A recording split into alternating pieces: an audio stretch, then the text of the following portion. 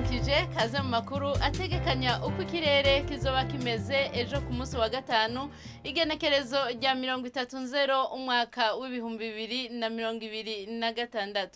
Imbere y'umutaga hitezwe ikirere kizoba kirimo izuba n'ibicu bike bike hose mu gihugu cacu. Ibipimo vy'ubushuhe bizoba biri hasi kurusha ahandi bikazokwibonekeza mu gice ca Bururi aho bizoba biri kuri dogere Celsius 12.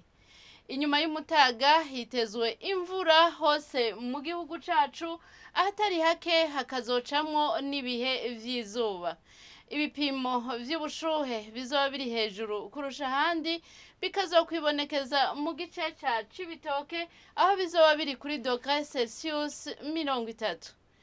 Hitezwe yuko izuba rizoseruka igihe c'isaha 12:08 z'agatondo rirenge igihe c'isaha 12:23 z'umuhingamo.